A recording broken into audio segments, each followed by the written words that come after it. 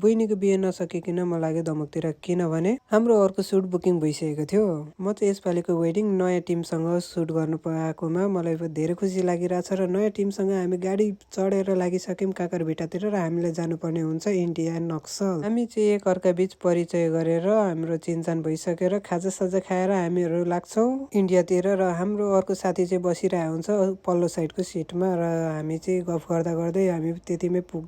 यतिमै हामी पुग्छौँ काकरभिट्टा बोर्डर र यहाँ बसेर एकछिन चिया खाएर हामीले पैसा चाहिँ चेन्ज गर्नुपर्ने हुन्छ इन्डियन करेन्सीमा।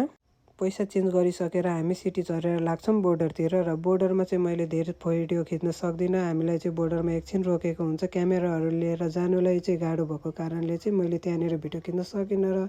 म बोर्डर कटिसकेर चाहिँ भिडियो बनाउन सुरु गरेको हुन्छु फेरि स्ट्रेच कम भएर र यहाँ पुगिसकेपछि हामी चाहिँ अटोवालालाई चाहिँ लोकेसन सिधै घरको मान्छेसँग कुरा गराएर सिधै घरमा पुगेका थियौँ र त्यतिमै चाहिँ अनि हाम्रो कसार बटर रेडी हुन्छ र त्यस खिच्न थाल्छौँ। कसार बटर खिच्न थाल्दा चाहिँ साह्रै रमाइलो हुन्छ, गफ गर्दै गर्दै हामीहरू रमाइलो इन्जोय गर्दै खिचिरहेको हुन्छौँ र हामी चाहिँ फोटो पनि खिच्छौँ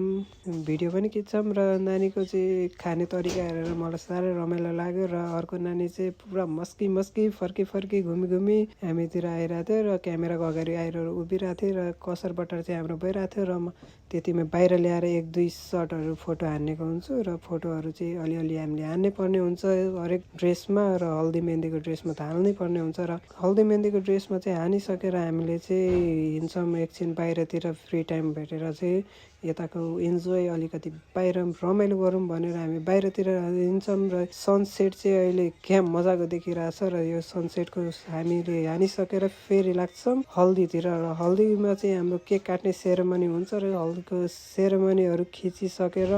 हामी चाहिँ डान्सतिर लाग्छौँ एकछिन डान्स हुन्छ र डान्स पनि इन्जोय गर्छौँ। डान्स इन्जोय गर्ने सँगसँगै हाम्रो अगाडिको चाहिँ प्रोग्रामहरू आज यतिमै सकिन्छ र हाम्रो प्रोग्राम सकिने बित्तिकै हामी खाना खान्छौँ र आजको हाम्रो डे चाहिँ यहीँ सकिन्छ र थ्याङ्क यू सो मच हजुरहरू फुल भिडियो वाच गरिदिनु भएकोमा।